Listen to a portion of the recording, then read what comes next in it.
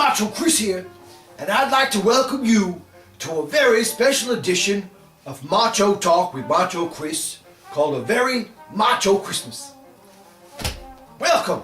Happy holidays to you all, and a Merry Christmas, and all that stuff. We're gonna have some fun. We got hot cocoa, a beautiful Christmas tree, red and green furnishings. I'm in my little Santa outfit. Denise got it for me last year. She makes me wear it every time this year. I don't mind. Nice. Anyway, I want to read to you a story. My favorite Christmas story since I was a boy. And it's called A Very Macho Christmas. And it's very entertaining. You're gonna love it. Now, let me find my place in my Christmas story book.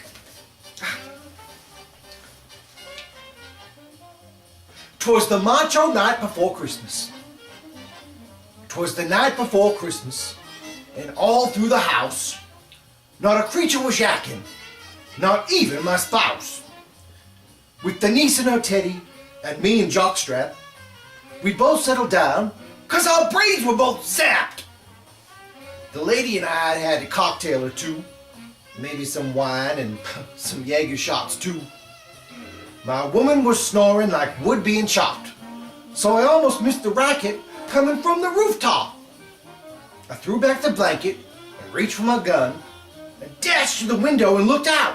I was stunned. Atop the garage roof was a tricked out red truck attached to a line of some 8 12-point bucks.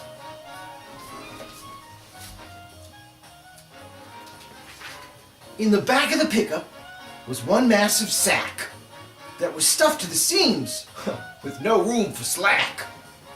Then from down in the den, I heard such a clatter. It was probably a burglar whose head I would splatter. I flew down the stairs 2 at a time, just as some smoke was starting to rise from the fireplace flue, much to my startled surprise.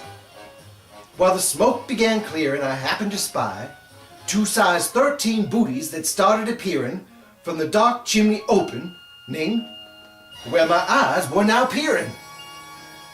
With a magical twinkle and a pixie dust sprinkle, I was soon face to face with old Mr. Crinkle.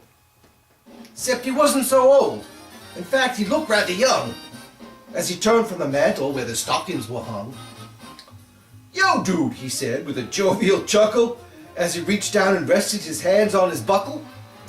I pointed a finger and said, "What are you, about 30?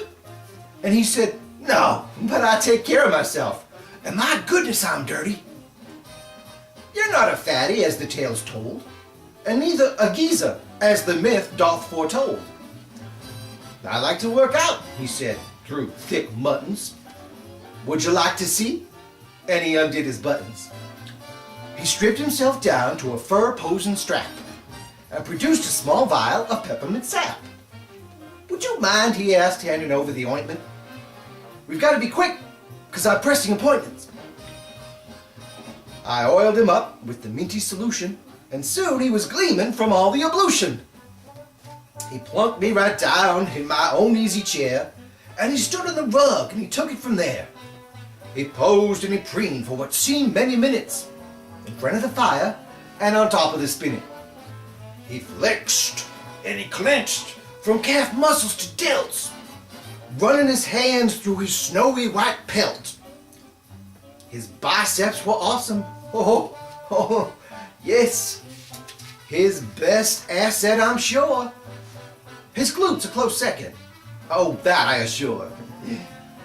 Just when I thought the room couldn't get hotter, he pulled out a cloth, and his sweat he did blotter.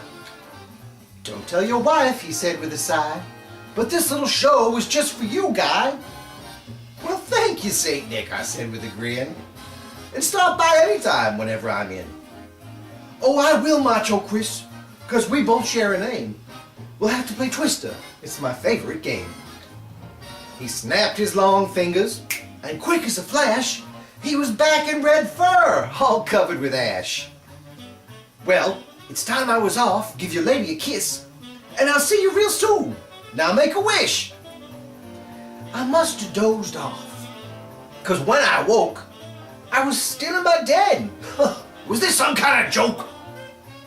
Denise rushed in with a curious face, like she'd just seen a ghost that had taken my place.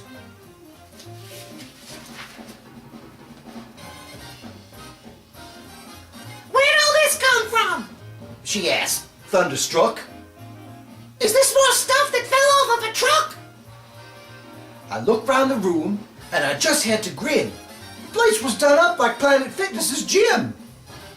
There were barbells and presses and jump ropes and things, and dumbbells and pec decks, even gymnastic rings.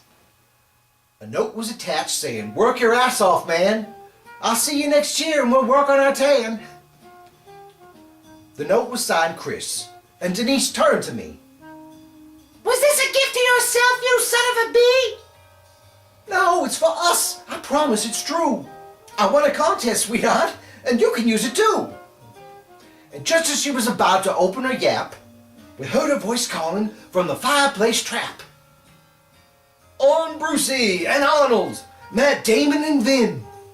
On Kevin and Jason and Jean-Claude and Big Jim."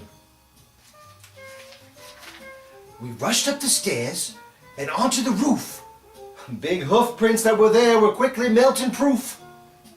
"Could be raccoons," Denise said with a bellow. And then till she spied some words in the snow that were yellow. We read them together, and here's what they said. "Macho Christmas all, now go back to bed." The end. Oh, my, that is a macho tale. One of my all-time favorites, and I'm sure it'll become a holiday tradition in your family too. Oh, Denise lost a little hat. Well, anyway, Merry Christmas, Macho Christmas, and I hope all your holiday dreams come true.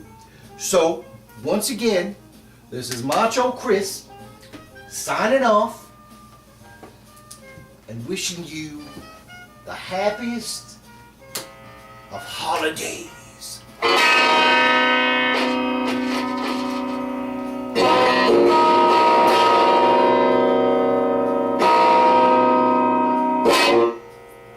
Happy holidays, everybody.